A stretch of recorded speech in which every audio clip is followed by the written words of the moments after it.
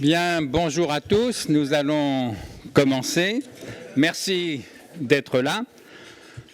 J'ai le plaisir de vous présenter aujourd'hui mon vieil ami Francis Wolff.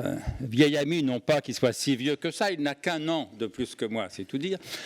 Mais vieil ami parce que nous nous connaissons depuis 50 ans. Nous étions ensemble à l'école normale supérieure de la rue d'Ulm. Francis est donc professeur de philosophie. Il a enseigné quelques années en lycée puis en école normale d'instituteur, avant de suivre une carrière universitaire particulièrement brillante et diversifiée, puisqu'elle a commencé à l'université de Sao Paulo, au Brésil, s'est poursuivie à l'université de Nanterre et a culminé, si j'ose dire, à l'école normale supérieure, puisque Francis a été caïman, comme on dit, professeur, succédant donc à nos maîtres Louis Althusser et Jacques Derrida.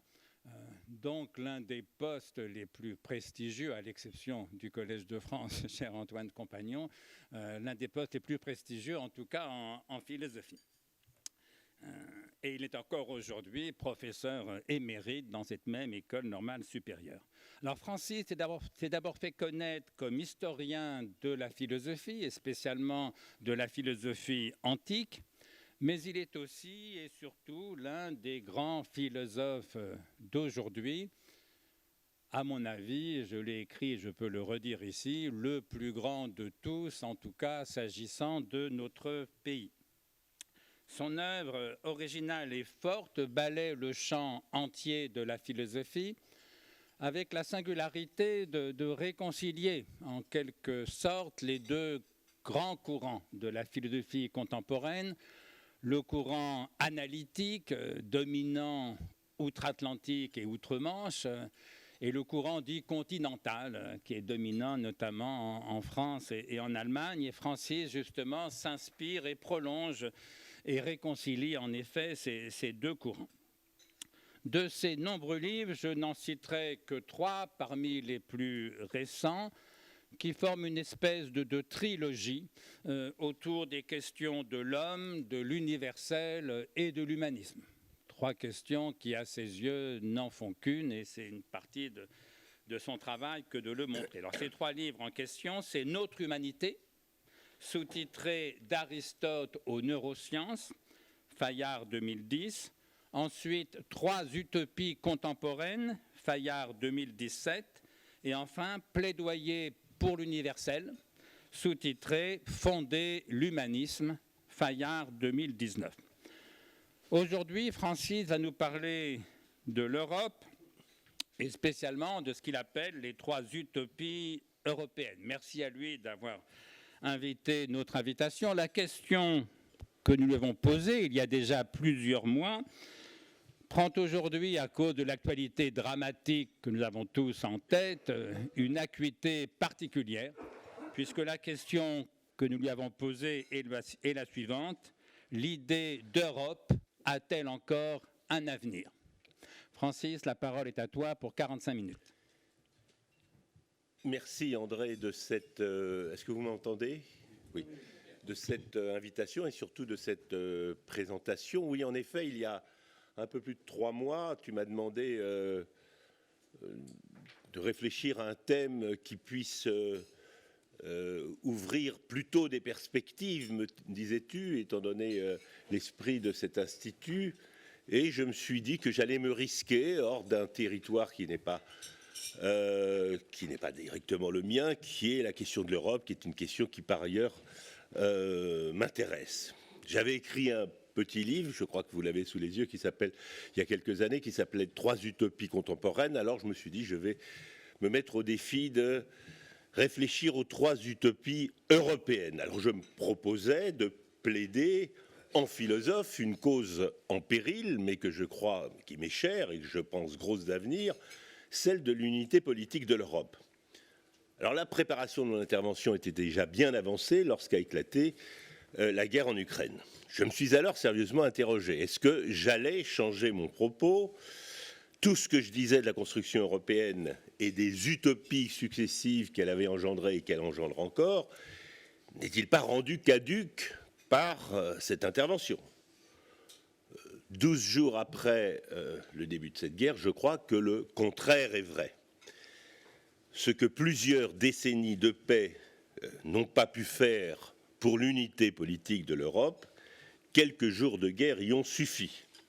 L'Union européenne vient d'investir le champ militaire et après un virage de l'Allemagne à 180 degrés, de débloquer 450 millions d'euros pour la livraison d'armes à l'Ukraine et de donner ainsi corps à ce qu'on appelait encore naguère d'un mot assez vague, l'Europe puissance.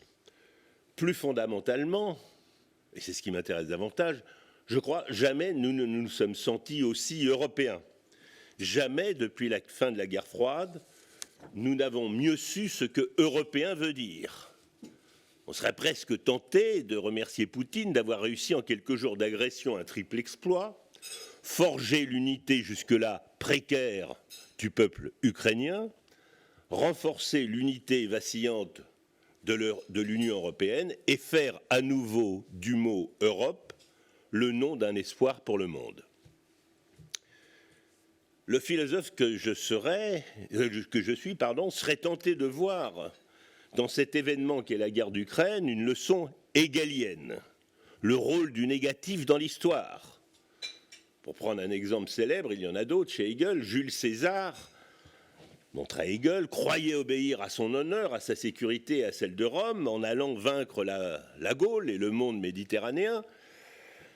Mais c'était en réalité, montre Hegel, une ruse de l'histoire, car en accaparant le pouvoir unique à Rome, but apparemment purement passionnel et négatif, il faisait avancer l'idée de régime impérial qui allait dans le sens de l'histoire du monde et vers l'idée de l'État moderne. Il suivait donc la volonté de l'esprit du monde. De même, pourrait-on dire, Poutine, croyant assouvir sa propre volonté de puissance et surtout renouer avec la grandeur de l'Empire russe, ne faisait qu'accélérer la marche de l'histoire vers l'Europe fédérale et la cosmopolitisation du monde sous le chef des valeurs européennes. Alors, cela étant dit, étant donné la situation tragique, je ferai un exposé optimiste. Alors, est-ce que je vais trop loin? Sans doute. Pourtant, revenons à la situation où se trouvait l'Union européenne juste avant la pandémie. L'Union se délitait sous nos yeux. Échec de la Constitution européenne de 2004, crise de l'euro, Brexit à l'ouest, formation de sous-groupes géographiques à l'est, victoire électorale jusque dans les partis fondateurs, jusque dans les pays fondateurs, victoire électorale de partis anti-européens, graves entorses à la charte des trois fondamentaux en Hongrie et en Pologne. Bref, l'Europe, politiquement, se portait très mal. Et surtout, elle ne faisait plus rêver. Bien sûr, parce que qu'est-ce qui fait rêver? Les péripéties du prince et de la princesse. Mais quand à la fin du compte, ils se marièrent et eurent beaucoup d'enfants, quel ennui! Il en allait de même pour l'Europe. On disait au peuple, les États européens se marièrent et vécurent une éternité de paix. Ça les faisait rêver? Oh ben non, bien sûr. Les nations européennes s'apparièrent pour une longue prospérité. Ah bon? Qui rêve d'interminables lendemains pépères au coin du feu? On entendait l'Europe et hop, au lieu de sauter comme un cabri, ça ne manquait pas, immédiatement on bâillait.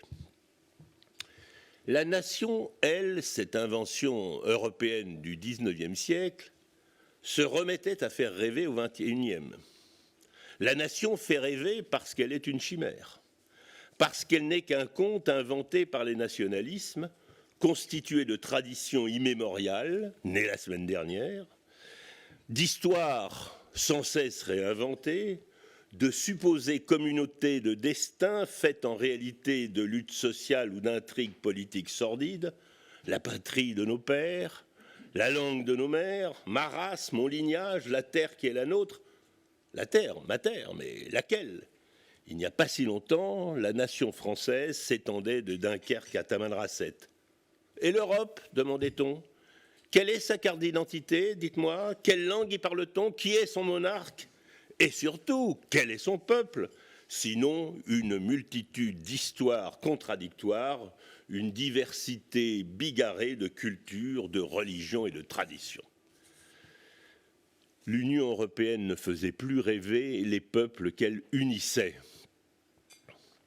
Pourtant, on voit bien aujourd'hui qu'elle continue de faire rêver ailleurs, à l'Est, en Albanie, en Bosnie, en Serbie, évidemment en Ukraine, ou même hors d'Europe.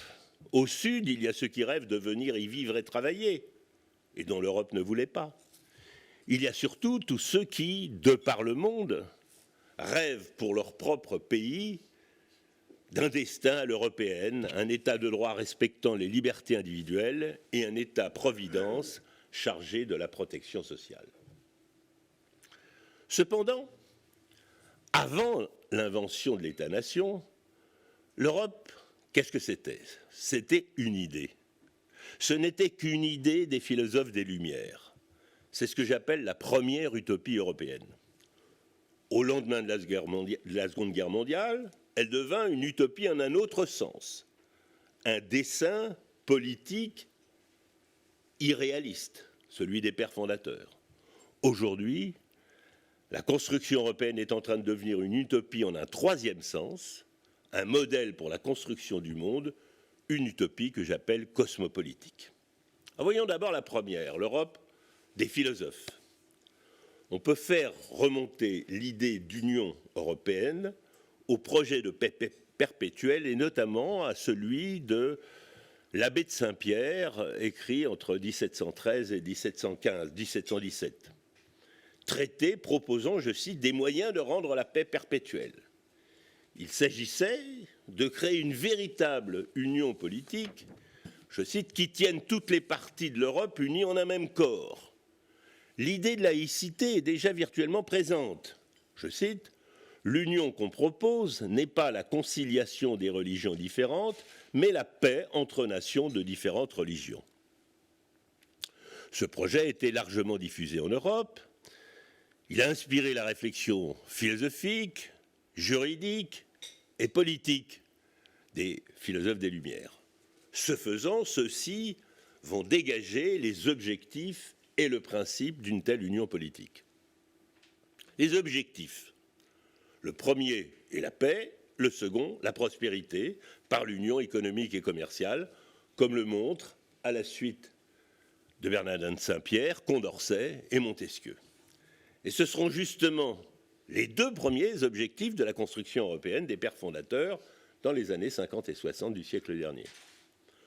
Quant au principe, il est simple mais décisif. Il ne faut surtout pas chercher à définir l'identité européenne, car ce qui manque à l'unité politique, montre-t-il, ce sont seulement des institutions communes.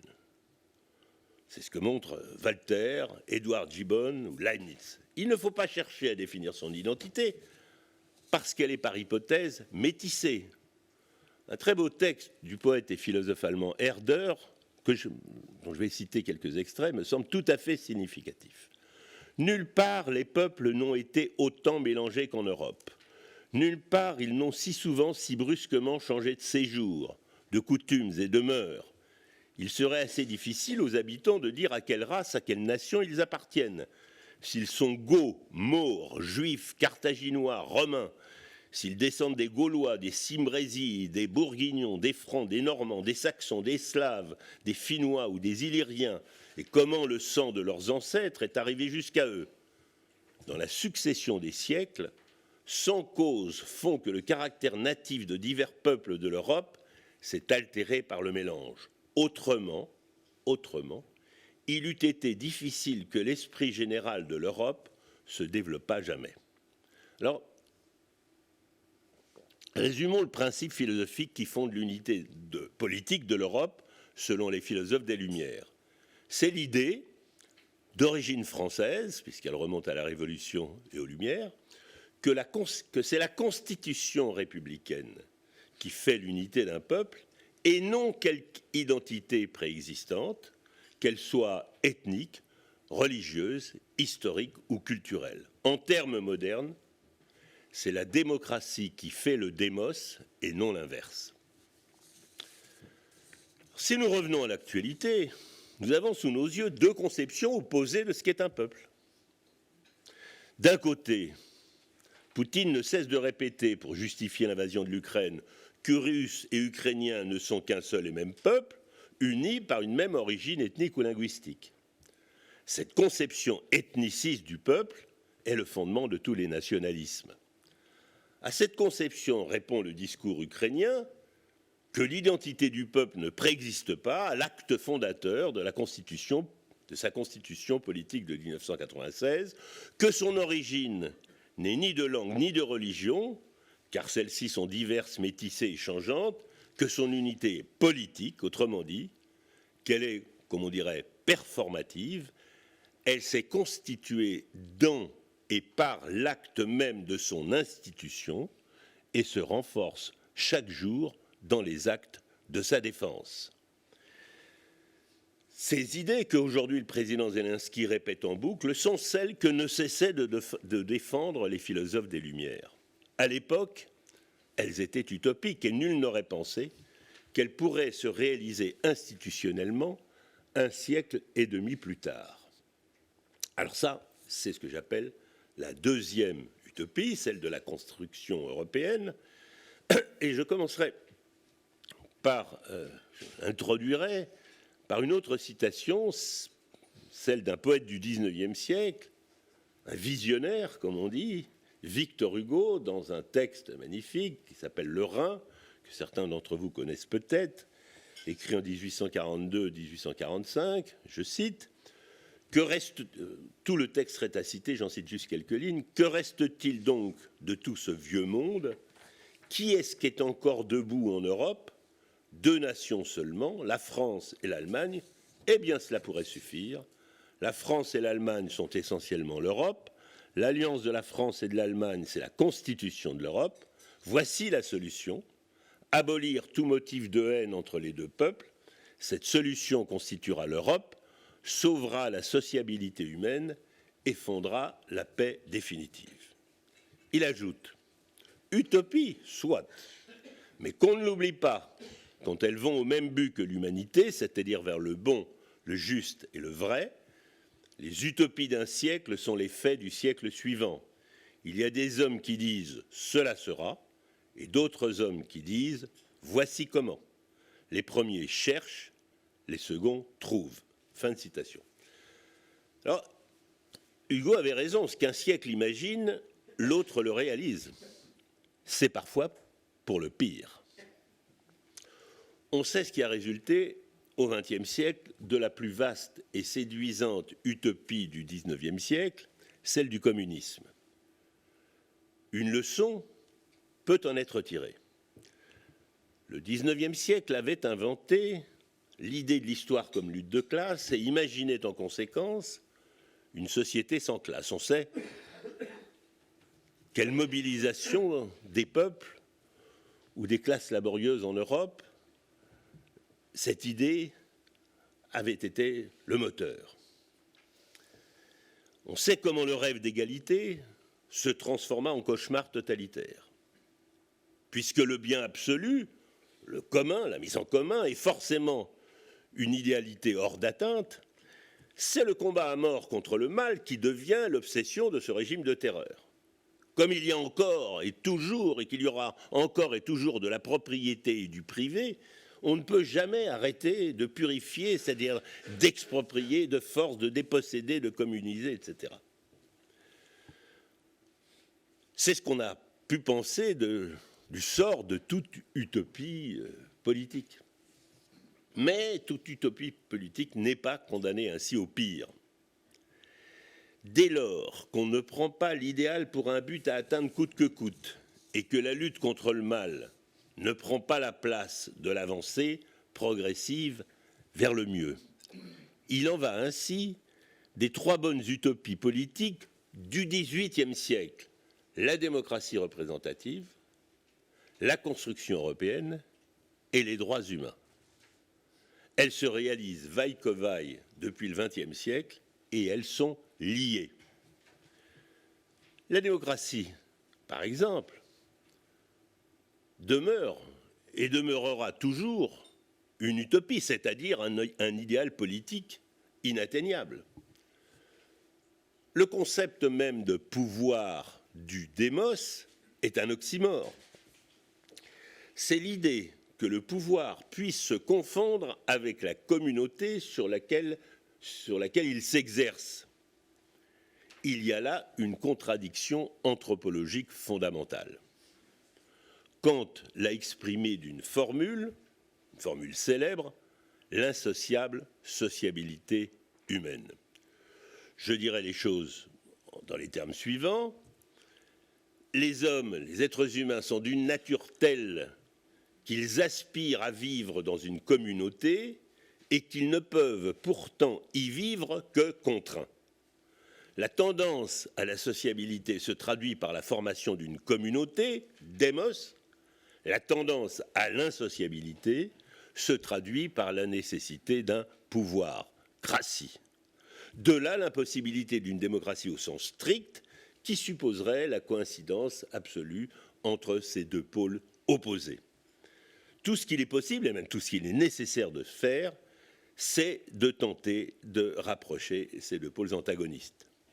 La démocratie est une utopie, mais c'est une bonne utopie. Il en va de même, au fond, analogiquement, de l'Union européenne, de l'unité européenne, pardon.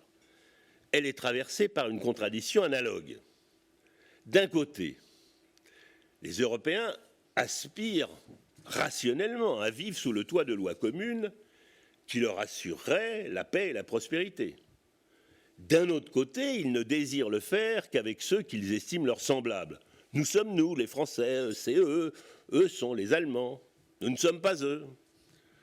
Tout ce qu'il est possible, et même tout ce qu'il est nécessaire de faire, c'est de rapprocher ces deux tendances opposées, l'aspiration rationnelle et le désir imaginaire. L'Union européenne est une utopie, mais c'est aussi une bonne utopie.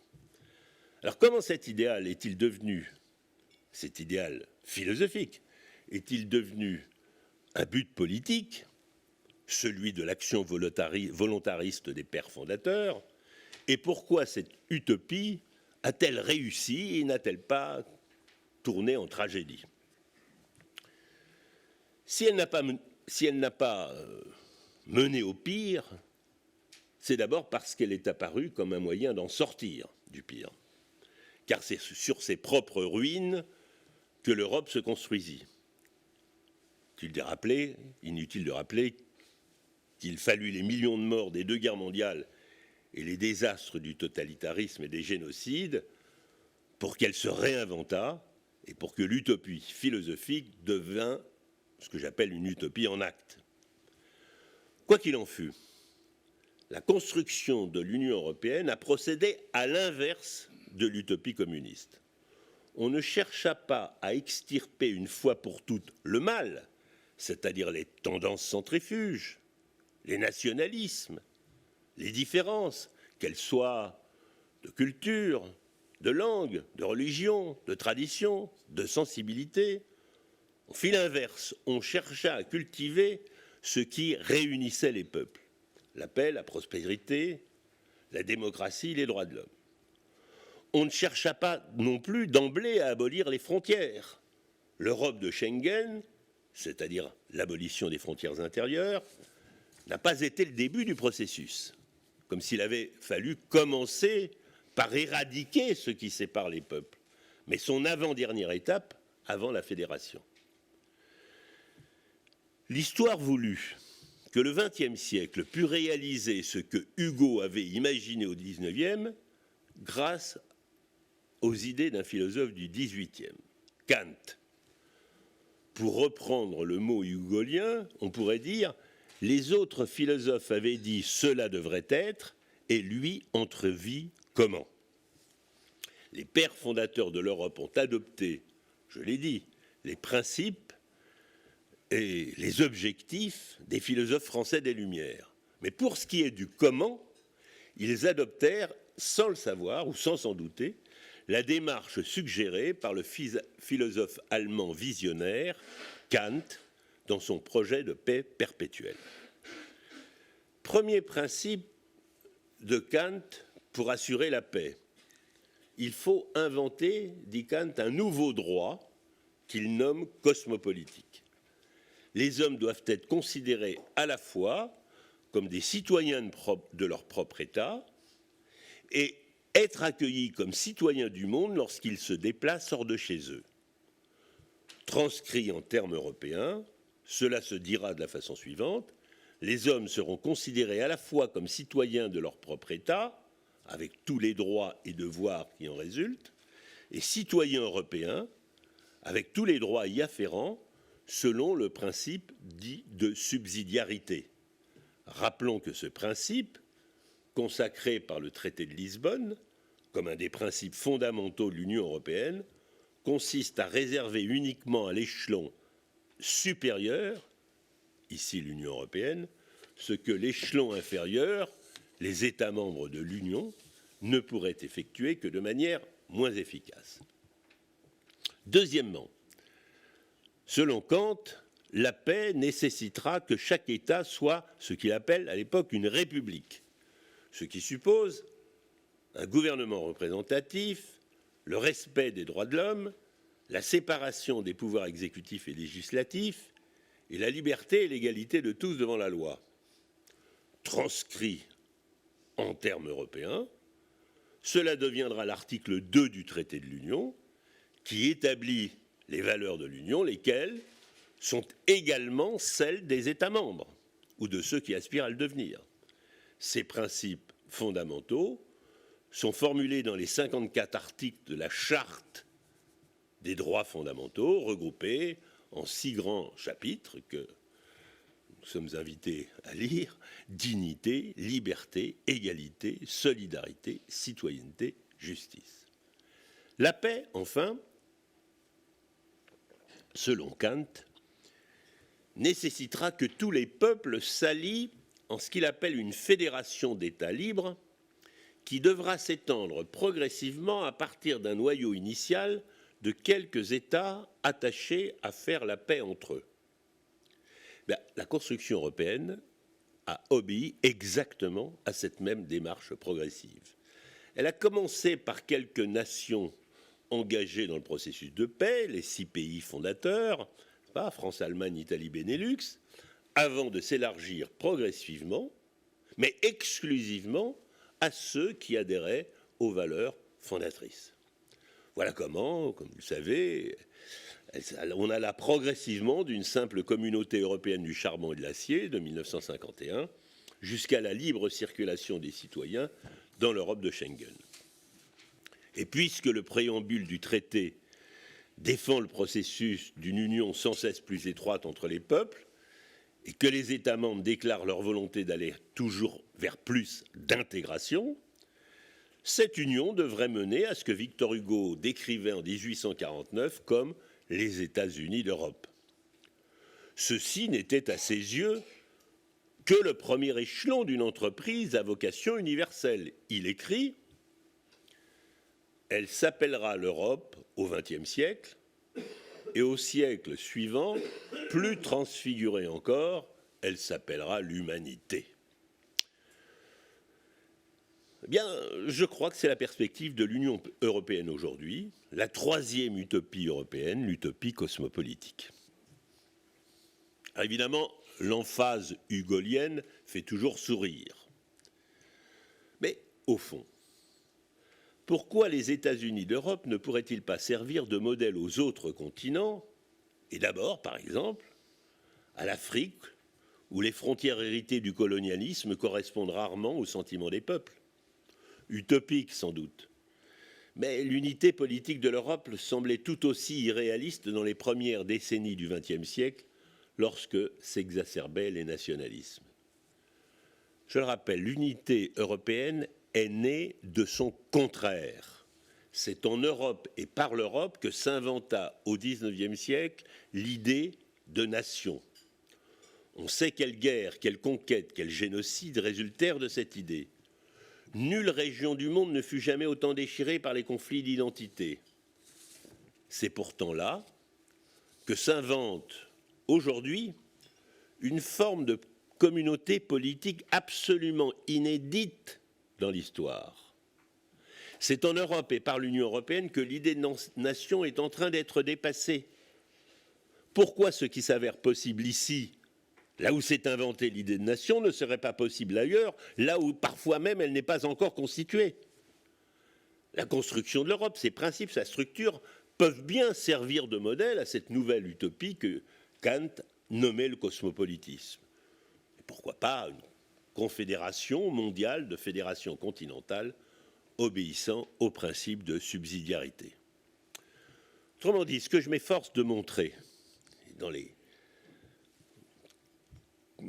gros quart d'heure qui me reste, c'est que l'Union européenne n'est pas seulement une nouvelle forme politique, inédite dans l'histoire. Elle ouvre aussi à une nouvelle utopie, l'utopie cosmopolitique. En sommes-nous si loin? La récente pandémie a, dans un premier temps, donné le spectacle, comme vous le savez, de la désunion des États membres. Mais elle a donné lieu ensuite à plusieurs coups de théâtre. L'Union européenne a décidé du fonds de relance qui remet en cause l'évolution néolibérale de ces 3 dernières décennies, en prenant appui sur une dette mutualisée de 750 milliards d'euros pour aider en priorité les pays de l'Union qui avaient le plus souffert de la pandémie. Parallèlement, la BCE entreprenait un programme de rachat d'actifs et la Commission autorisait les États à s'affranchir des règles communautaires de discipline budgétaire. La règle des 3% n'était plus une loi d'airain. Le pacte de stabilité était suspendu. C'était un tournant historique, le grand pas vers le fédéralisme depuis, en tout cas le plus grand pas depuis l'échec de la Constitution européenne et l'adoption du traité de Lisbonne en 2009. Face à un mal frappant l'humanité, les Européens ont réagi non plus en fonction de leurs intérêts nationaux, mais solidairement, de façon transnationale. Ils ont mutualisé au moins leurs dettes et une partie des risques. Ils n'ont pas, évidemment, encore réagi en citoyens du monde, ce qui aurait supposé qu'ils répondent aux appels des ONG et de l'Organisation mondiale de la santé en permettant un accès planétaire équitable aux vaccins à travers, par exemple, la plateforme COVAX, dont le slogan est, je cite, « que personne dans le monde ne sera en sécurité tant que le monde entier ne le sera pas ». Ce slogan pourrait être généralisé à d'autres risques, car la plupart des maux qui nous menacent aujourd'hui sont planétaires. Pandémie, terrorisme, réchauffement climatique, catastrophe nucléaire, épuisement des ressources naturelles, extinction des espèces, crise économique mondiale, etc. Étant donné la globalisation des risques, la nécessité pour les États riches du monde entier d'aider au développement, comme on dit, des régions du monde les plus déshéritées n'est plus une question morale, c'est une question de leur propre survie. C'est en prenant conscience de ce qui nous menace en tant qu'humains que nous sommes devenus donc plus européens. Je dirais donc, européens, encore un effort pour être humain. Le rêve européen est né d'une guerre mondiale. C'est d'une pandémie mondiale que pourrait naître le renouveau de l'Europe. Et c'est d'une guerre en Europe qui pourrait refaire de cette idée un espoir pour le monde. Car l'unité européenne ne concerne pas seulement l'Europe, mais bien le monde. Ce qui montre qu'aujourd'hui, l'Union européenne est aussi une utopie cosmopolitique, ce sont 2 réalités incontestables. D'une part, l'identité européenne est une identité constitutionnelle, donc universalisable. D'autre part, les principes de la construction européenne sont universels. Voyons le premier point. Qu'est-ce qui nous définit aujourd'hui, nous, Européens? Est-ce un attachement à quelque chose qui serait la civilisation européenne? Je ne le crois pas. Ce n'est pas un attachement à une culture, à une religion, à une histoire, un ensemble géographique. Je dirais plutôt, c'est une sorte de détachement. Nous sommes de plus en plus des individus abstraits, doublement détachés. Nous sommes détachés de toute identité particulière, nos identités sont multiples, hybrides, mouvantes et même critiques. Nous sommes détachés les uns des autres et détachés de tout lien communautaire. Nous sommes devenus des individus, pour le pire et pour le meilleur. Car là encore, c'est de ce mal que pourrait naître un bien. Le mal d'abord. Le mal, c'est la montée de l'individualisme. Nous ne croyons plus au salut commun, ni au salut, ni au commun. Nous ne rêvons plus d'une cité bonne, enfin débarrassée du mal. Nous aspirons seulement à une société ou à un monde moins mauvais. C'est ainsi que s'est installé progressivement chez nous le règne des droits individuels. J'allais dire bien pépère. Nous ne désirons plus un état idéal qui nous unisse et qui fasse un nous inédit, un nous qui soit enfin nous-mêmes. Nous attendons seulement de cet état qu'il nous laisse tranquilles, chacun pour soi, qu'il nous permette de réaliser les aspirations individuelles auxquelles nous pensons avoir droit. Le rêve d'émancipation collective a éclaté en une mosaïque de désirs et d'intérêts. Les droits individuels ont cessé d'être le nom de l'égalité de tous, ce qu'ils étaient d'ailleurs au départ. Ils sont devenus synonymes d'intérêts particuliers. J'ai bien le droit, on a bien le droit, qu'il n'y ait plus de limite à ma liberté absolue, disaient les mouvements anti-vax. Aucune limite, même celle de l'égale liberté des autres. Et il en va ainsi de toutes les revendications, comme autant d'exigences auxquelles nous pensons avoir droit. Nous demandons à l'État à la fois de reconnaître le droit des mécréants à blasphémer et celui des croyants à ne pas être offensés. À gauche, on exige que l'État accorde à tous un droit égal à l'enfant, et à droite, qu'il accorde à tous les enfants le droit à un papa et une maman, et ainsi de suite, de tous les droits. Cette montée de la toute-puissance illimitée des droits individuels, on la voit aussi dans ces nouveaux mouvements sociaux qui ne sont plus des mouvements de classe, des mobilisations syndicales antipatronales, mais des mouvements socialement insaisissables comme les Gilets jaunes. La France périurbaine, pavillonnaire, éloignée des services publics, eux-mêmes souvent en déroute, celle qui travaille dur et gagne peu, celle qui n'est pas assez pauvre pour intéresser les plans pauvreté et qui n'est pas assez riche pour s'en tirer avec dignité, celle qui n'a jamais défilé avec les fonctionnaires ou la manif pour tous, a exprimé sa colère contre la taxation du diesel en bloquant les carrefours et en occupant les ronds-points.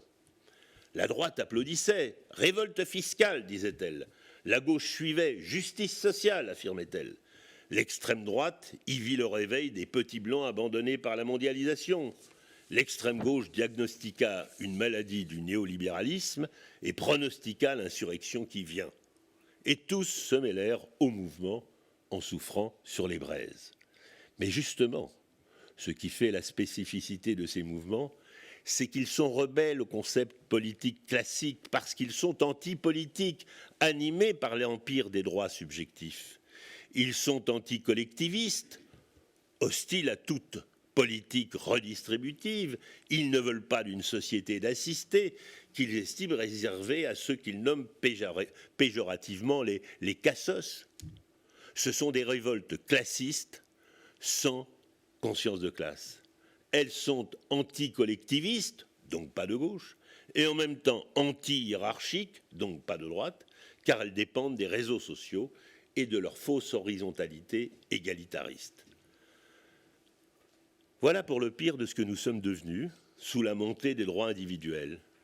Des individus abstraits, d'aucuns diraient néolibéraux, sans lien avec les autres, détachés de toute communauté d'appartenance, et donc privés des solidarités traditionnelles, qu'elles soient familiales, villageoises, religieuses, syndicales, partisanes ou culturelles. Mais il faut voir l'avers de cette médaille, car cet individualisme marque la victoire, géographiquement localisée peut-être et socialement fragile, de l'autonomie individuelle sur la toute-puissance de l'État, sur l'emprise des communautés fermées, des cultures fusionnelles, des intégrismes religieux. C'est là, au fond, la formation d'un nouvel homme inédit dans l'histoire. Le citoyen démocratique européen de ce nouveau style individualiste est non seulement un individu de plus en plus détaché de ses identités traditionnelles et des autres, mais il est surtout, si je puis dire, de plus en plus détaché de lui-même. Il porte un regard critique sur ce qu'il est et sur ce qu'il pense. Il admet la vérité de certaines croyances et la valeur de certains modes de vie, les siens, ce que j'appelle la valeur de premier ordre. Mais il reconnaît à d'autres le droit d'exprimer des croyances qui contredisent les siennes et de vivre selon d'autres modes parce qu'il accorde une valeur supérieure, une valeur de deuxième ordre, à l'existence d'une communauté où ces croyances et ces modes de vie puissent coexister. C'est la définition même du citoyen du monde. Ce citoyen abstrait est le fruit d'un triple mouvement historique. D'abord la sécularisation, ce qu'on a appelé la sécularisation, qui commence à la Renaissance, c'est-à-dire la sortie progressive d'un monde intégralement religieux, où tout acte, toute pensée, à chaque instant, a une portée spirituelle et doit être apportée à l'espoir du salut. De là, les idées de tolérance et de laïcité. Nous pouvons certes avoir des croyances religieuses, mais ce sont de simples opinions personnelles. Cette sécularisation progressive de nos sociétés a été facilitée et accélérée par la construction de l'État moderne au XVIIIe siècle, qui nous a familiarisés avec l'idée d'un droit abstrait et universel, nécessaire à la constitution de l'individu démocratique et, plus généralement, à la constitution d'un individu cosmopolite, encore plus abstrait, l'homme des droits de l'homme. Cette individualisation de l'Europe a encore été accélérée par le capitalisme et par son idéologie libérale, tant juridique qu'économique. Un homme libéral sur ce qu'est la vie bonne, comme on dit, qui ne se mêle pas de la guerre des dieux, soucieux qu'il est du calcul de ses propres intérêts. En étant de plus en plus individualiste, nous pouvons de mieux en mieux nous penser comme des citoyens détachés d'un terroir ou d'une nation. Plus nous devenons européens, plus nous nous définissons comme des hommes sans qualité, des citoyens du monde. C'est ainsi que nous prenons conscience qu'il y a une continuité entre trois utopies. Celle de la démocratie, rêve de l'unité de la communauté et du pouvoir, celle de l'utopie européenne, rêve de l'unité politique du peuple européen en dépit de la diversité, sa diversité culturelle, linguistique et religieuse, et l'utopie cosmopolitique, rêve de l'unité de l'humanité autour de l'universalité des droits humains. Les trois affrontent une difficulté interne analogue, mais elles reposent sur le même pilier. Quel pilier ? Il n'y a pas de valeur au-dessus des personnes et toutes les personnes ont une valeur égale. Mais la meilleure preuve que la construction européenne mène inéluctablement au cosmopolitisme est que le vrai ciment de l'Union européenne, ce sont ses principes, et que ces principes ne sont pas des principes européens, mais bien des principes universels, valables pour tous en tout temps, des principes propres à l'humanité comme telle. En devenant européens, nous sommes déjà citoyens du monde. L'Union européenne est en effet une expérimentation du cosmopolitisme à l'échelle régionale. Elle unit les peuples non pas autour d'une vision ethnique de la nation, mais d'une conception civique de la communauté politique, qui par là même peut cesser d'être nationale pour devenir transnationale, voire post-nationale. Elle unit les peuples autour de principes et de valeurs partagées, ce que rappelle le préambule de la Charte des droits fondamentaux de l'Union, intégrée au traité de Lisbonne. Selon l'article 15, tout citoyen ou toute citoyenne de l'Union a la liberté de chercher un emploi, de travailler, de s'établir ou de fournir des services dans tout État membre. C'est l'élargissement du droit cosmopolitique tel que Kant l'avait défini. Les ressortissants des pays tiers, qui sont autorisés à travailler sur le territoire des États membres, ont droit à des conditions de travail et de protection sociale identiques à celles dont bénéficient les citoyens ou citoyennes du pays d'accueil. L'Union européenne est donc aujourd'hui une quasi-fédération d'États libres susceptibles d'extension a priori illimitée. L'Union a donc une dimension universaliste. C'est un nouvel espace de participation politique instituant des normes de justice au-delà de l'État-nation. Elle est aujourd'hui la meilleure approximation de l'idéal cosmopolitique. La conscience européenne repose donc ainsi sur des principes universels. Mais inversement, l'idée née en Europe des droits de l'homme s'impose de plus en plus universellement. La conscience cosmopolitique progresse, ne serait-ce que dans le droit. Je vous renvoie au cours régional des droits de l'homme, je vous renvoie aussi à la Cour pénale internationale, aux différents tribunaux pénaux régionaux pour l'ex-Yougoslavie, pour le Rwanda, le Sierra Leone, etc. Je vous renvoie aussi à ce qu'on appelle en droit le dialogue des juges, qui remonte déjà à 2 décennies. Un seul exemple. La Cour suprême des États-Unis a invalidé en 2003 une loi américaine condamnant l'homosexualité, alors même que sa propre jurisprudence allait en sens inverse, en s'appuyant sur un arrêt de la Cour européenne des droits de l'homme. Voir aussi ce qu'on appelle la délocalisation judiciaire. Un exemple. En 1998, le général Pinochet, accusé de génocide, de torture, de terrorisme international et d'enlèvement, a été arrêté en Angleterre en application d'un mandat d'arrêt international émis par un juge espagnol. Et il y a quantité d'autres exemples. L'unité politique de l'Europe ouvre donc la possibilité de celle du monde. Il n'y a pas à craindre que cette unité politique se fasse au détriment de la diversité culturelle. La variété des langues, des mœurs, des religions n'a pas été un obstacle à la construction européenne, c'est exactement le contraire, elle en a été la condition. L'Union européenne a toujours été le meilleur garant de cette variété. Les États-nations ont plutôt été les fossoyeurs de la diversité linguistique et culturelle.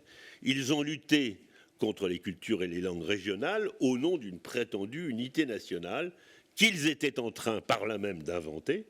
Et c'est à l'Europe d'aujourd'hui que l'on doit la reconnaissance et la renaissance des cultures et des langues régionales.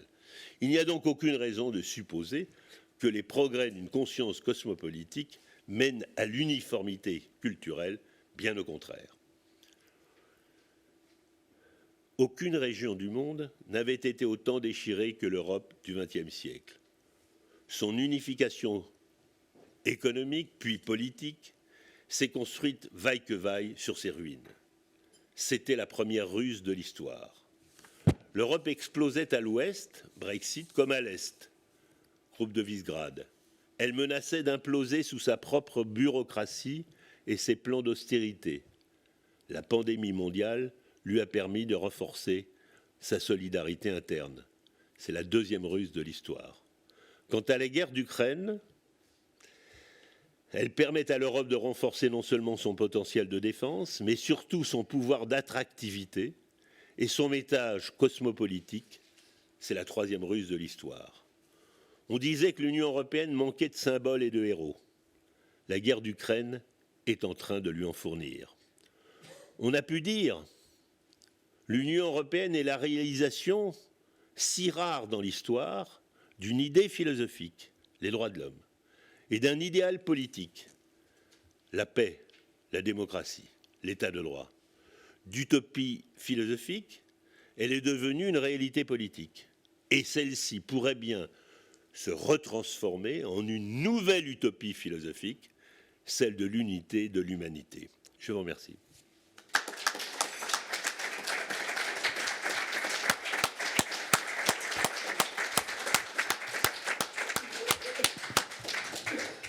Bien, un grand merci à Francis pour ce très remarquable exposé. La parole va être à vous, bien sûr, pour le débat. Je vous demanderai deux choses. La première, c'est de dire votre nom en prenant la parole, parce que les débats sont enregistrés. Il faut qu'on puisse attribuer à chacun les propos qu'il aura tenus.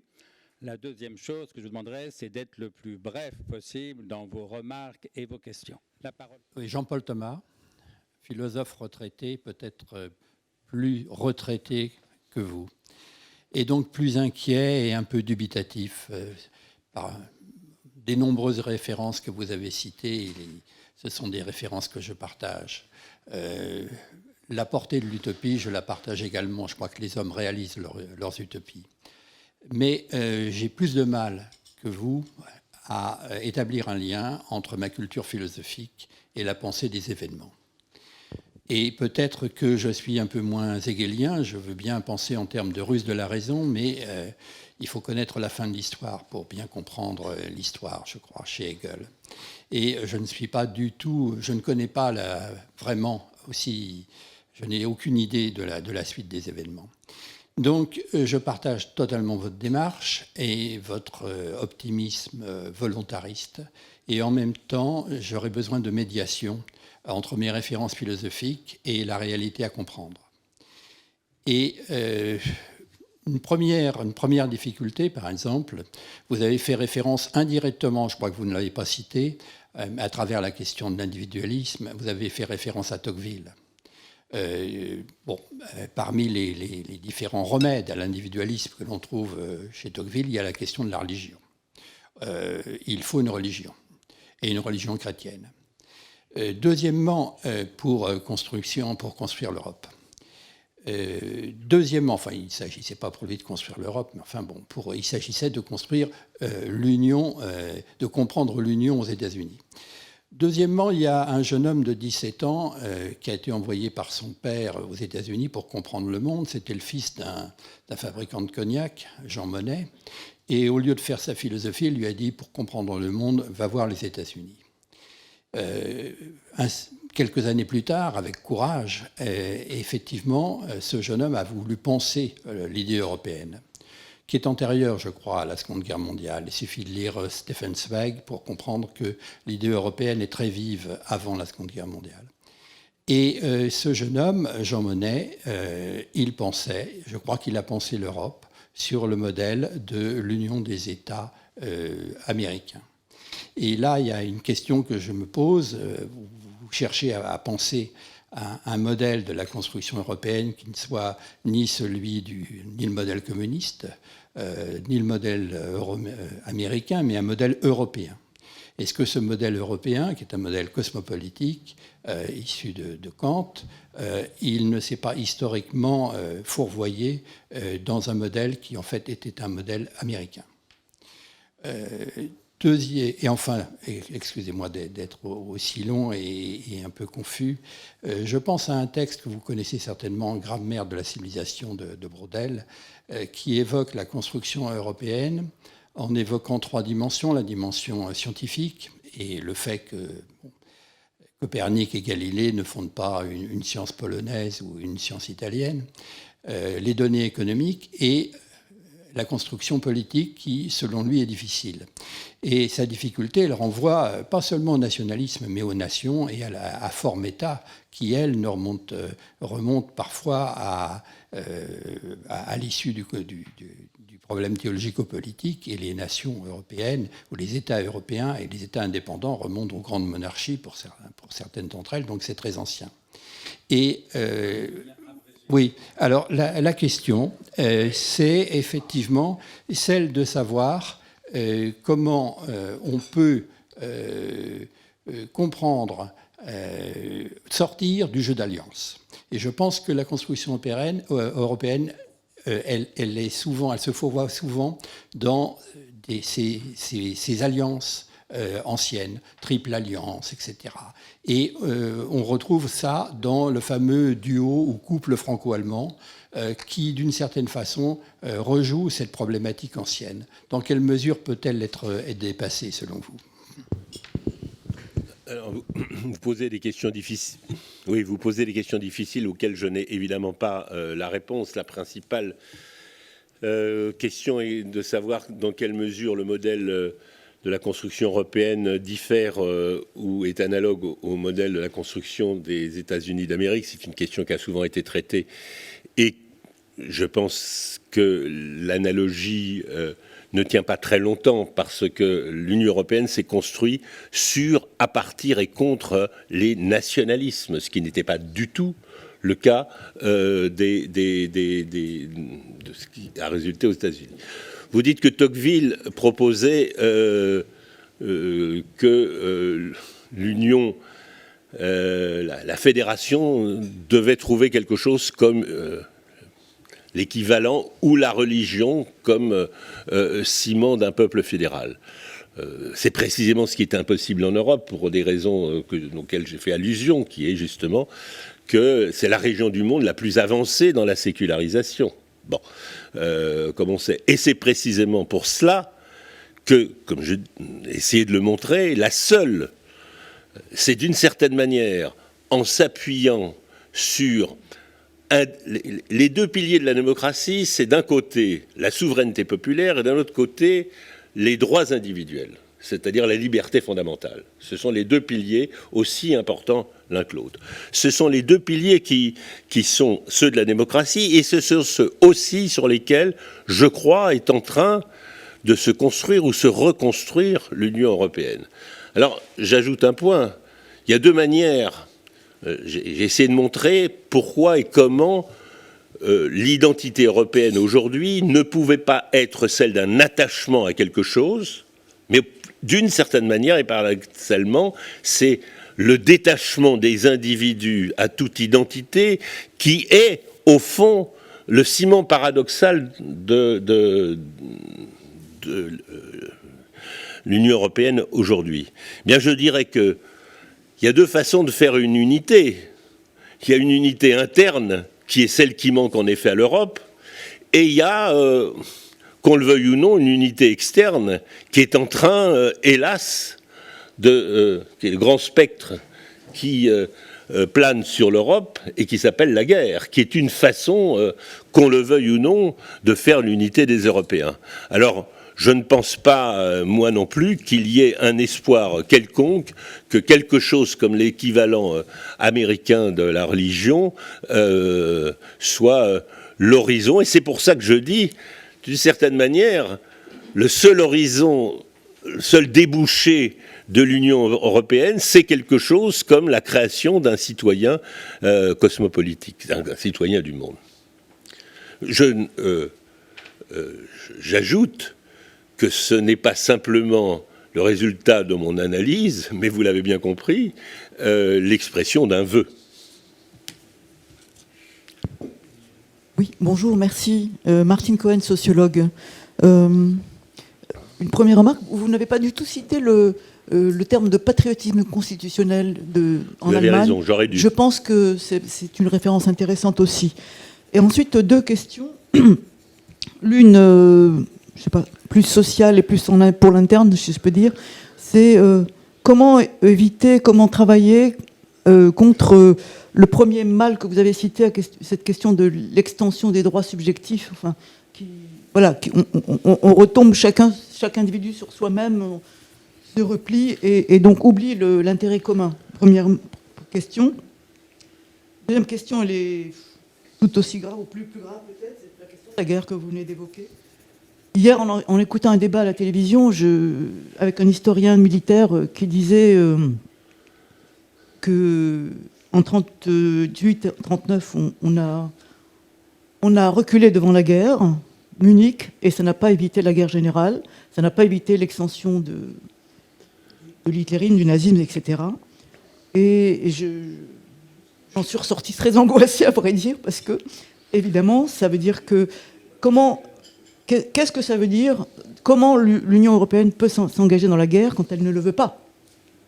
Et moi, je pensais, je ne suis pas stratège, je ne suis pas du tout militaire ou quoi que ce soit, mais je me disais, il faudrait que l'Union européenne réagisse, entre guillemets, par surprise, s'engagent dans la guerre par surprise, n'attendent pas que Poutine lui mette le couteau sous la gorge, quoi. Voilà.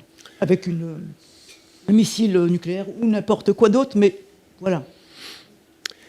Alors merci de ces 3 questions. Je réponds, vous avez raison, j'aurais pu citer le concept de Jürgen Habermas, qui est le concept de patriotisme constitutionnel. Je suis tout à fait d'accord avec Habermas de ce point de vue-là. Et voilà, ce type d'intervention va dans le sens de ses propres analyses, ainsi d'ailleurs secondairement de celle de Jean-Marc Ferry, par exemple.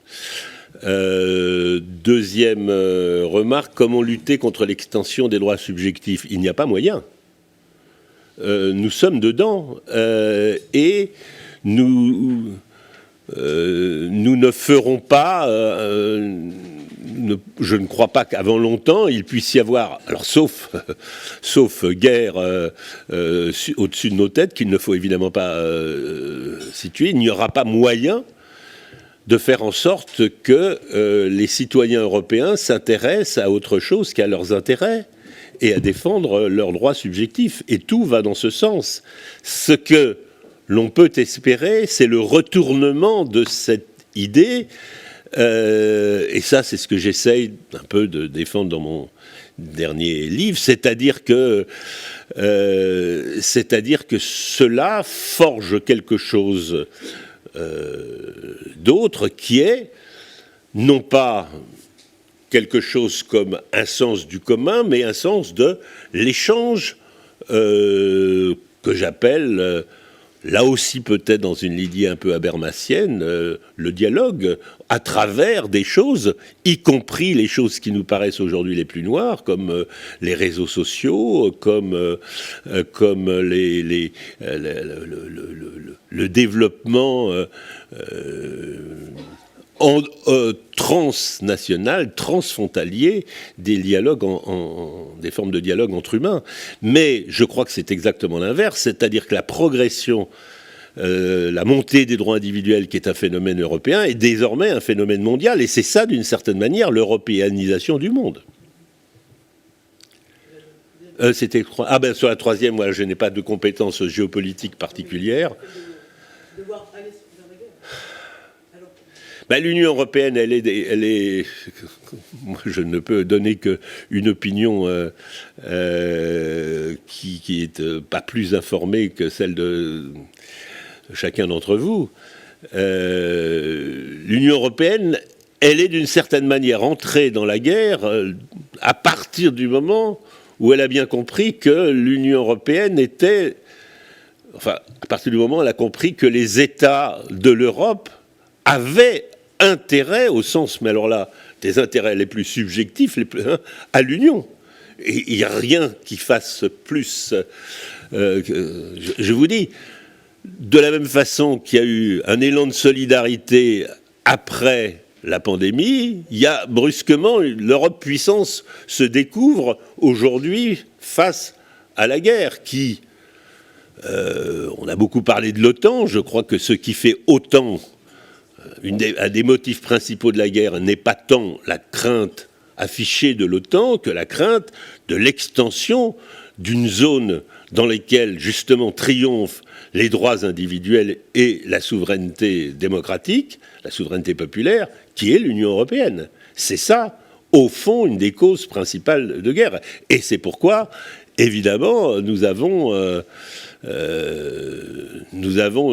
la carte essentielle à jouer là-dedans, c'est que nous défendons quelque chose au-delà de nos territoires, nous défendons une certaine idée, à la fois, je l'ai dit, des idées universelles ou universalistes que sont souveraineté populaire, libertés individuelles, et donc quelque chose comme voilà, les droits humains, les droits individuels, etc. C'est ça le rôle, je crois, le rôle indispensable de l'Union européenne.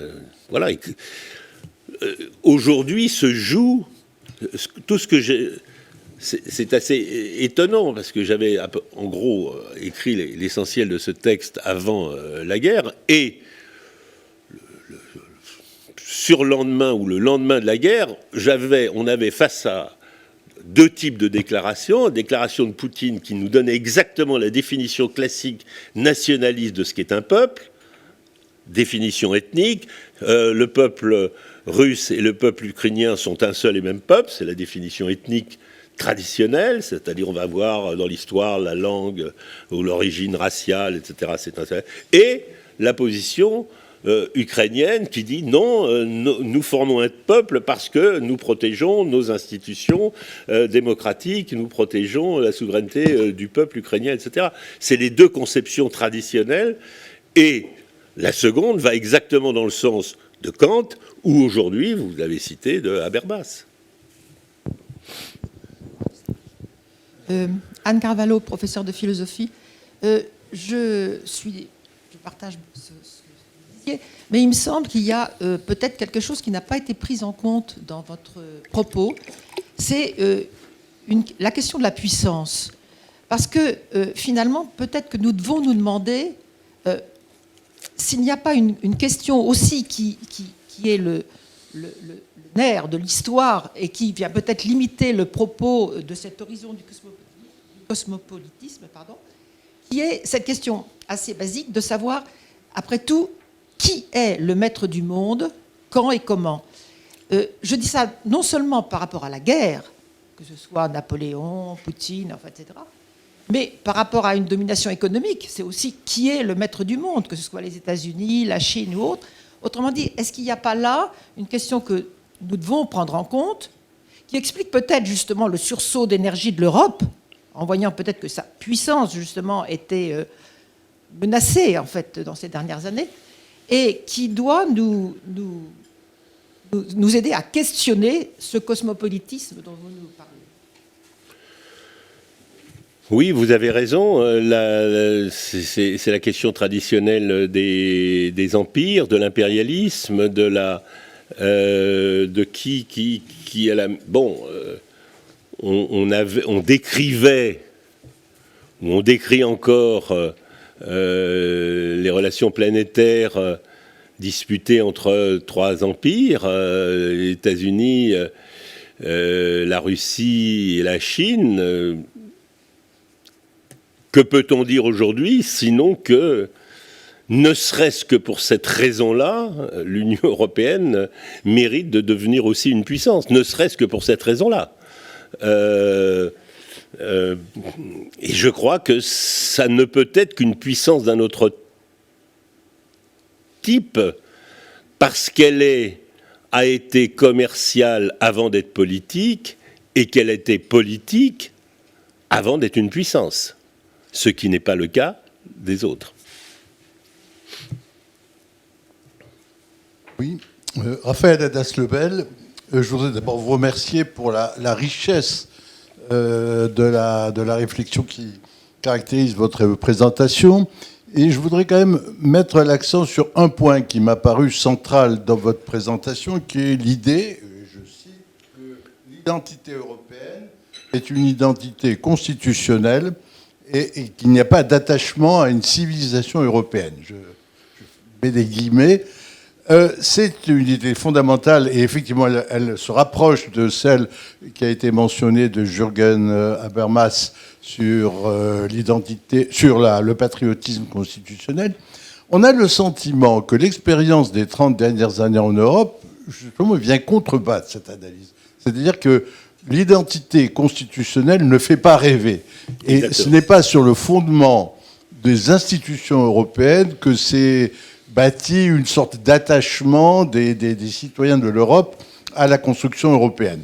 Et on a le sentiment, au contraire, que ce qui peut fonder l'unité européenne, c'est un attachement à un mode de pensée, à des modes de vie, à des valeurs qui s'opposent à celles que peuvent promouvoir d'autres civilisations, comme la civilisation chinoise actuelle, telle qu'elle s'exprime dans les autorités chinoises actuelles, ou les civilisations de l'islam qui veulent nous imposer d'autres valeurs que celles que nous avons. C'est plutôt là-dessus, sur des différences de civilisation, qu'on peut fonder l'unité européenne, et pas simplement, et je le dis en tant que constitutionnaliste, sur des constitutions et des institutions. Alors, je suis tout à fait d'accord avec la première partie de votre analyse, c'est-à-dire, je l'ai dit d'ailleurs un peu pour le déplorer, l'Europe ne faisait plus rêver, l'Europe ne faisait pas rêver, et pourquoi ne faisait-elle pas rêver? Entre autres pour la raison que vous avez dite, et que je, d'une certaine manière, reprise, c'est-à-dire qu'elle s'est construite d'une façon qui est strictement institutionnelle, juridique. Le pouvoir du juridique a pris progressivement la place du politique. Il y aurait beaucoup à dire là-dessus aussi. Il y a peut-être des réformes qui sont possibles du fonctionnement, qui d'ailleurs iraient peut-être plutôt dans le sens du fédéralisme, le fait de lever le droit de veto au Conseil, par exemple.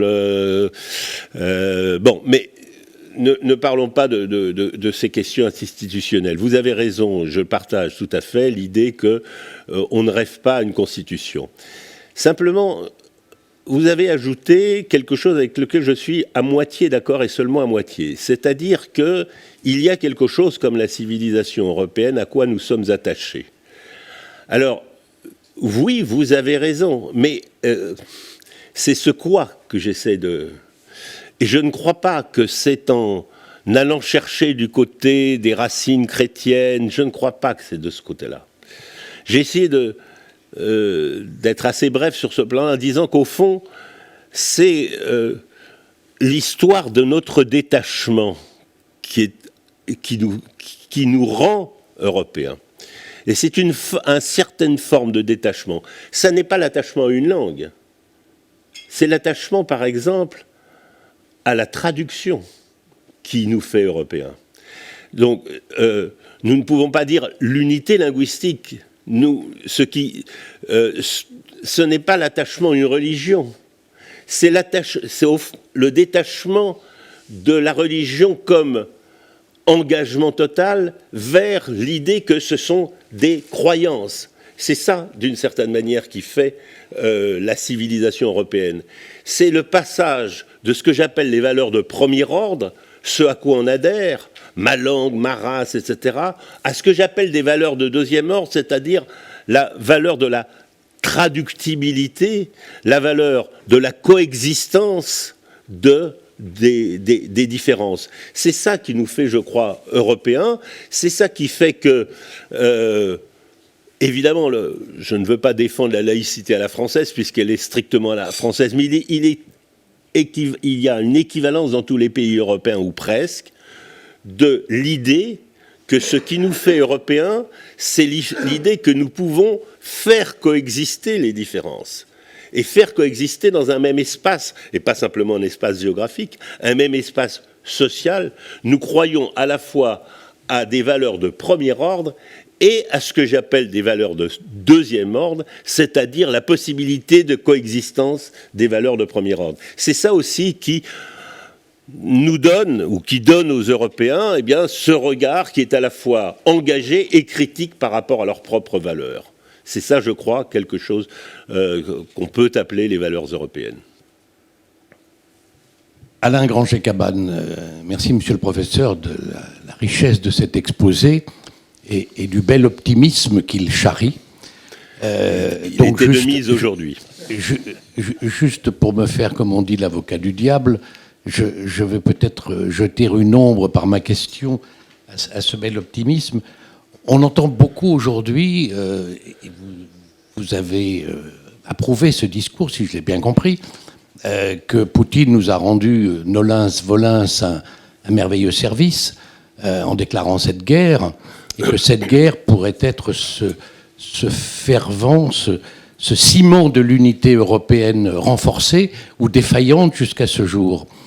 J'ai des doutes là-dessus, et c'est le sens de ma question, tout simplement parce qu'une guerre est une épreuve, c'est même probablement, dans l'histoire des hommes, c'est l'épreuve suprême, c'est l'épreuve majeure, puisque c'est celle où on risque sa vie. Il n'y a pas beaucoup de choses plus élevées. Or, dans toutes les épreuves, me semble-t-il, l'histoire, la sociologie, la psychologie nous enseignent que dans les épreuves, il y a un très grand risque que ça soit l'individualisme, que ça soit l'égoïsme, que ça soit la fuite vers une démerde individuelle, comme on ne devrait pas dire en bon français, qui l'emporte sur la recherche de l'unité. Donc, est-ce que cette guerre possible que nous voyons se déclarer sera le ciment de l'unité qu'on entend beaucoup dire, ou plutôt le risque d'une formidable débandade? Bah écoutez, l'histoire le dira, et nous ne sommes pas, nous le savons bien, pas à la fin de l'histoire, nous sommes qu'à son début. Ce qui me paraît indiscutable, déjà, en tout cas, c'est les premiers jours, c'est que l'identité ukrainienne qui était précaire s'est renforcée. Elle a même été constituée en grande partie par cela, je veux dire, pas seulement. Bon. Le fait de savoir... j'ai pris d'autres exemples. J'ai pris l'exemple de la pandémie auquel, dans un premier temps, vous aviez raison, ça a été la débandade des États. Chacun a tiré à Uadia. Et dans un deuxième temps, il y a eu une sorte d'élan de solidarité, compensation. Et tout ce qu'on avait érigé au nom des États-nations à l'intérieur de l'Union européenne s'est écroulé.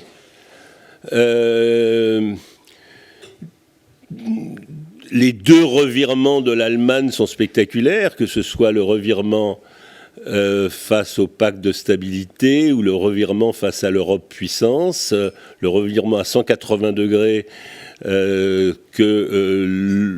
l'Allemagne se découvre ou veuille se découvrir désormais une puissance militaire est un fait inédit. Donc, ce ne sont que des signes. Et encore une fois, nous ne sommes pas à la fin de l'histoire.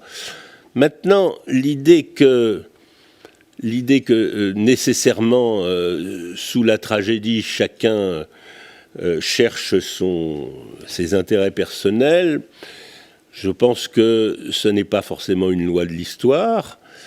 Et une autre loi de l'histoire veut que dans un groupe se constitue ou se renforce face à un danger commun. Donc voilà, c'est ce qu'on appelle la dynamique de groupe.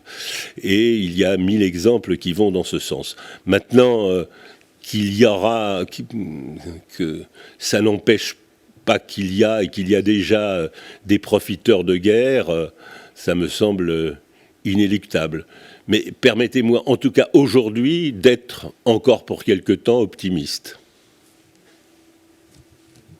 Je suis Aude Jung, ancien professeur de philosophie et animatrice d'un café philosophique rural. Je voudrais redescendre au niveau strictement européen et, je suis désolée, un peu institutionnel, parce que c'est vrai que ça ne fait pas rêver, mais je fais allusion au mouvement fédéraliste européen, qui lui a fait rêver. À partir du manifeste de Spinelli, juste après la guerre. Dans ma jeunesse, c'était un ferment de militantisme, de mobilisation, et il a eu des résultats en influant sur différents points de la construction européenne. Est-ce que vous ne pensez pas que maintenant, le moment est venu de relancer cet idéal? Je ne pense pas au niveau strictement institutionnel et constitutionnel, comme un idéal, puisqu'il serait non pas le début d'un processus, mais le couronnement d'une prise de conscience de l'Union européenne. Et après tout, la France est entourée d'États fédéraux. Non, vous avez raison, je suis tout à fait d'accord.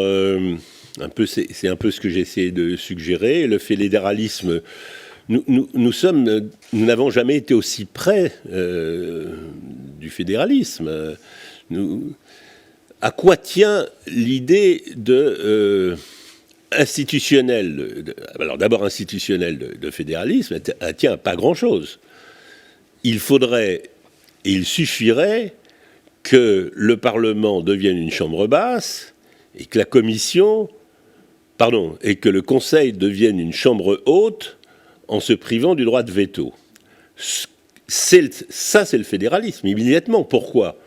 Parce que dès lors qu'il n'y a plus de droit de veto au Conseil, les États n'ont plus la souveraineté négative. La souveraineté négative, c'est-à-dire le droit de veto donne à chaque État, au Conseil, le droit de dire ça, je n'en veux pas. Dès lors que vous mettez une majorité qualifiée là où il y a droit de veto, vous acceptez le principe du fédéralisme. Alors il y a d'autres réformes institutionnelles, mais je veux dire, on en est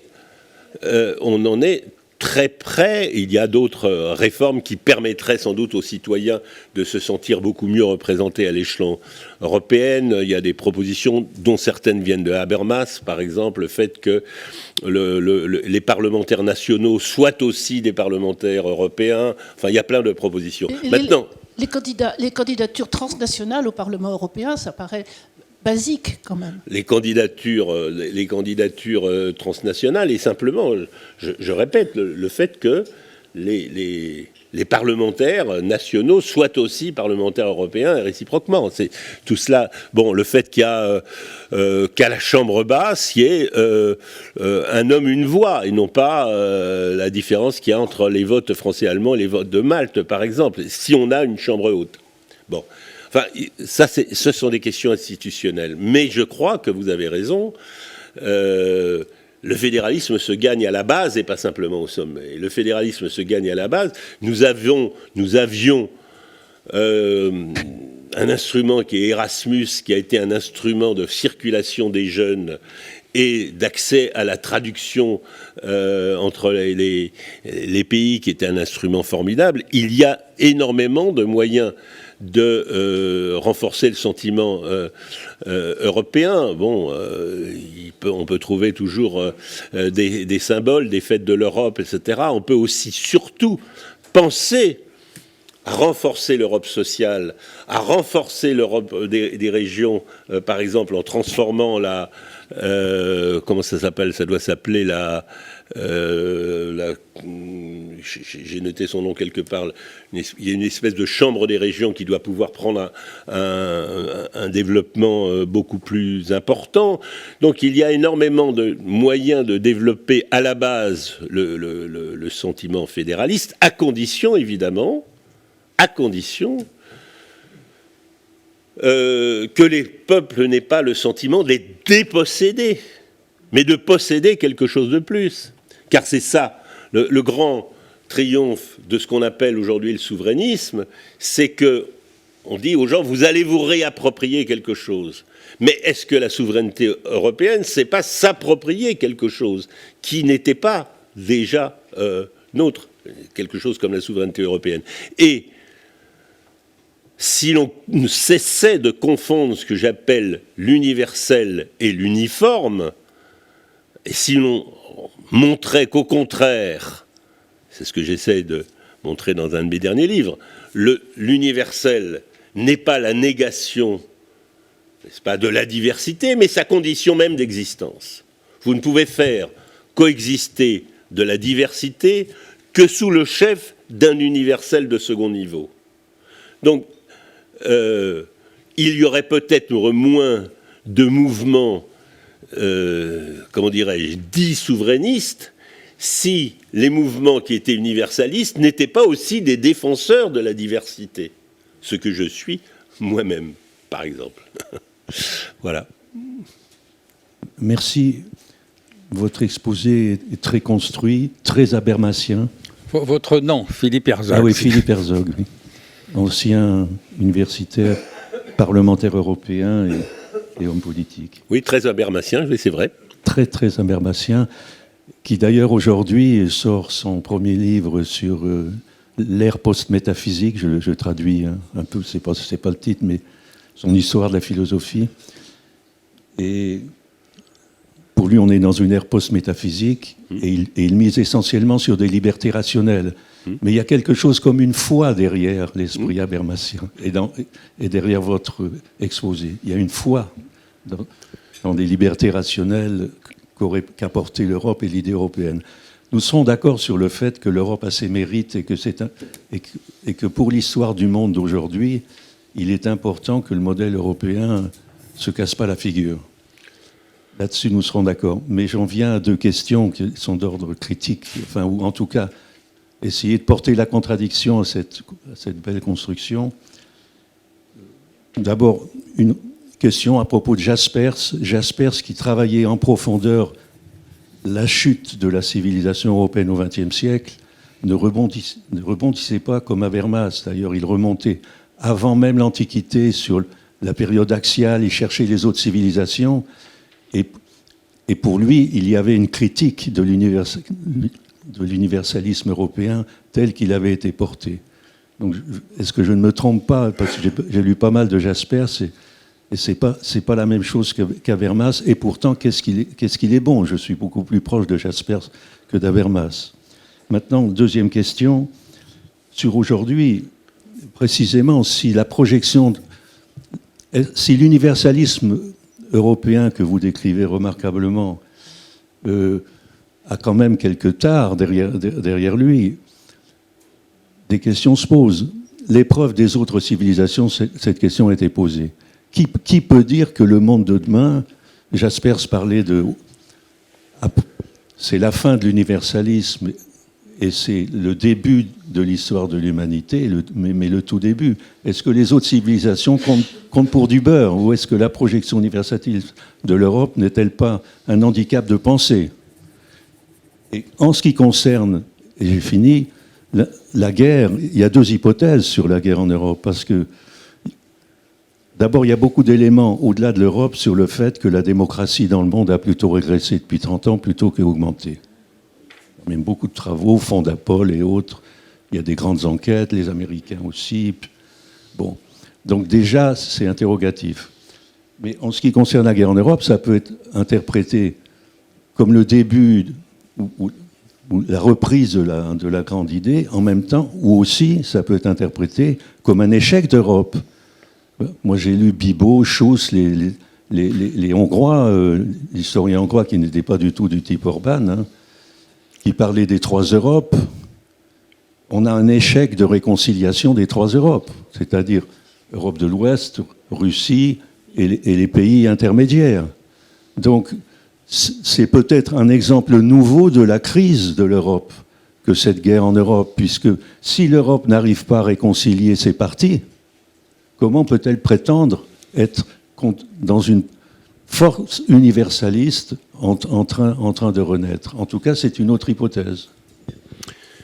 Oui, je vous remercie de ces diverses remarques. Je vais en faire d'autres qui sont peut-être pas tout à fait en réponse aux vôtres, mais qui sont un peu dans le prolongement. Vous dites qu'il y a chez Habermas, ou peut-être dans mon exposé, quelque chose, un rapport à la rationalité qui relève de la foi. Vous avez dit quelque chose comme ça. Je le reconnais. Peut-être que Habermas ne le reconnaîtrait pas, je le reconnais. Dans un livre que j'ai écrit sous la conduite d'André Comte-Sponville récemment, et en répondant à ces questions, qui s'appelle « Le monde à la première personne », entretien avec André Comte-Sponville, je réponds un peu à une question du même ordre, de savoir si mon universalisme, alors que je rattache un petit peu à mon histoire personnelle, et ceux qui s'intéressent pourront s'y référer à cette histoire, et aux raisons pour lesquelles j'ai non pas simplement de me méfier, mais d'être hostile à toutes les formes de nationalisme, je me fais l'idée de l'universalisme quelque chose comme le rapport que le judaïsme a avec la diaspora. Et j'explique que j'ai peut-être gardé de mon éducation juive, dont il ne me reste pas grand-chose, mais dont il me reste quelque chose, l'espoir d'une ère messianique, qui n'est pas du tout en liaison avec une spiritualité proprement judaïque, mais l'idée de la réconciliation de l'unité avec elle-même, de l'humanité, pardon, qu'avec elle-même. Et c'est vrai que, comme d'autres, mon optimisme foncier face à la construction de l'Union européenne est quelque chose comme cela, c'est-à-dire l'idée que les peuples qui se sont le plus affrontés dans l'histoire peuvent se réconcilier sous le chef d'un modèle lui-même diasporique, si je puis dire. Bon. Donc, voilà, ces considérations, éventuellement, vous pourrez les prolonger en regardant ce livre que nous avons écrit, enfin, qui s'appelle « Le monde à la première personne ». Pour le reste, oui, vous avez raison. J'ai cru entendre que vous disiez que l'universalisme européen, il souffrait d'une tare originelle qui m'a beaucoup intéressé et qui m'a même obsédé, qui est précisément qu'au nom de l'universalisme européen, on a fait le pire. C'est là...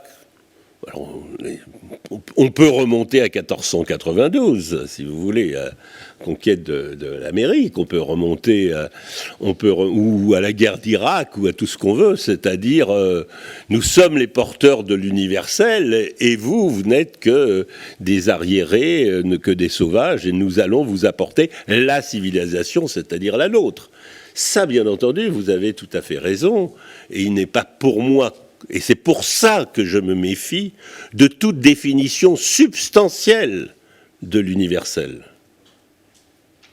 Toute définition substantielle de l'universel court le risque d'être utilisée comme, si je puis dire, cachette d'entreprise de domination ou d'impérialisme. C'est-à-dire, voilà ce qu'est l'universel substantiellement.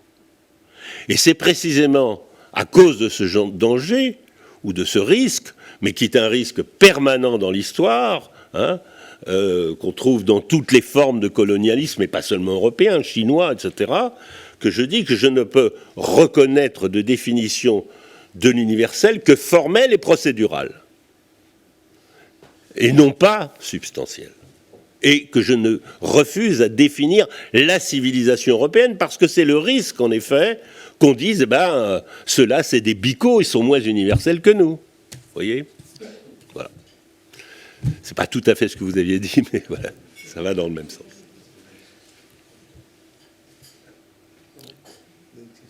Une dernière question.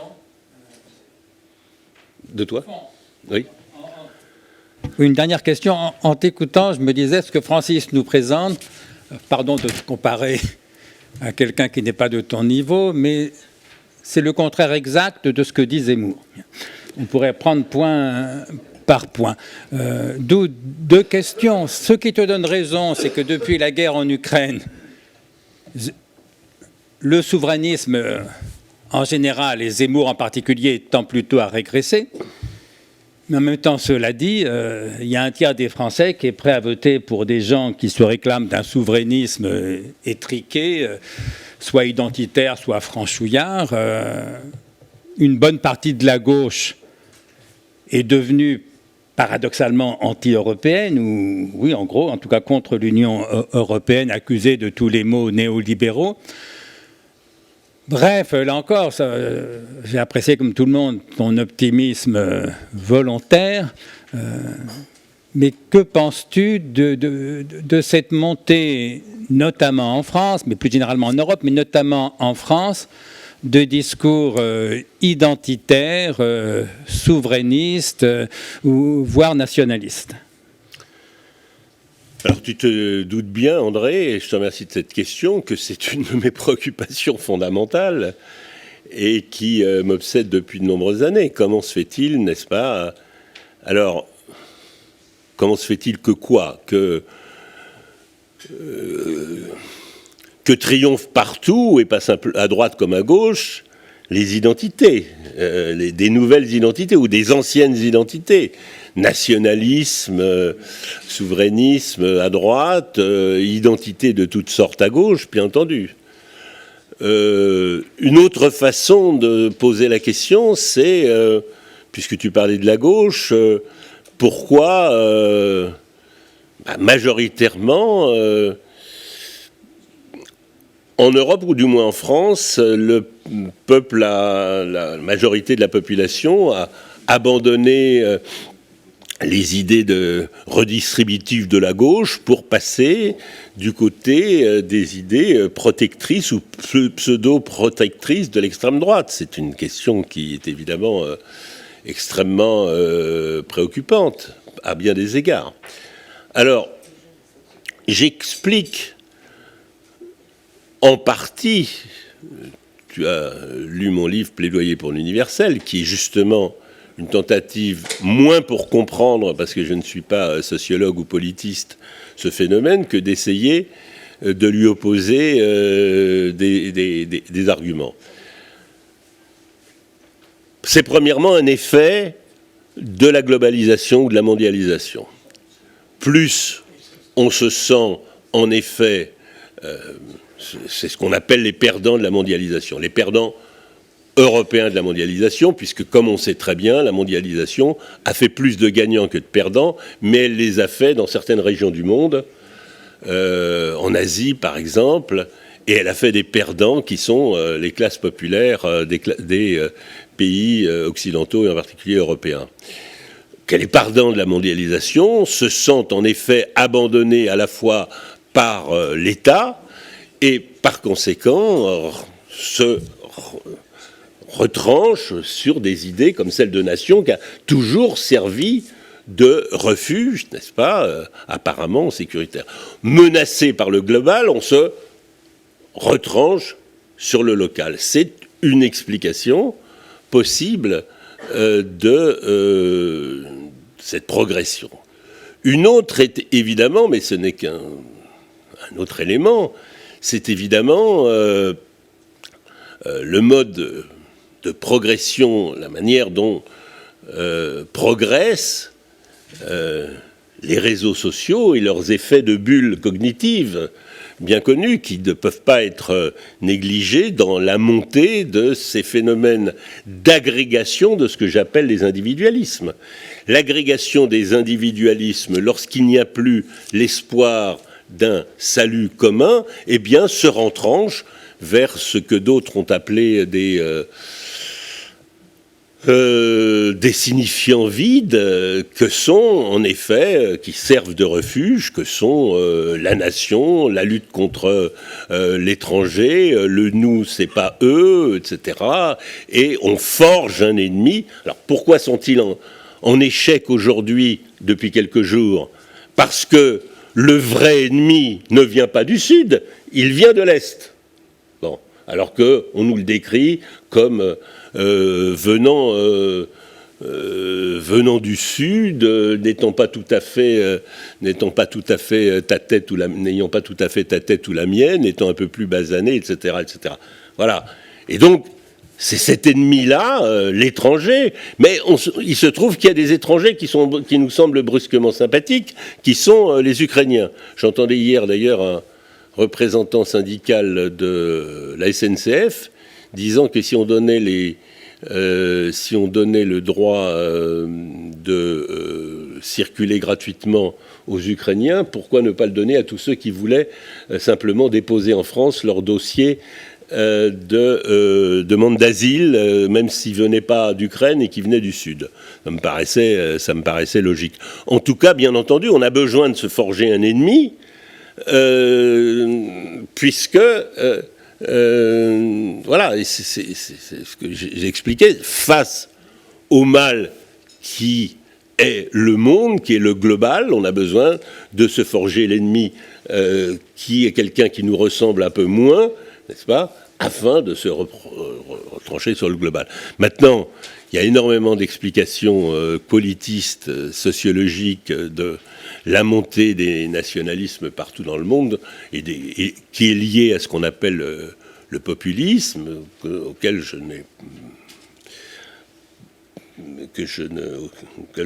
n'ai pas besoin de faire appel, ça n'est pas mon domaine, mais tu as tout à fait raison. Jusqu'à présent, jusqu'à quelques temps, voilà, le nationalisme était un nationalisme, etc. Où on forge à tout prix l'ennemi sous la figure de l'étranger redoutable. Et c'est au fond ce qui a changé depuis quelques jours. Ma réponse n'est pas complète. Hein. Très bien, il me reste à remercier.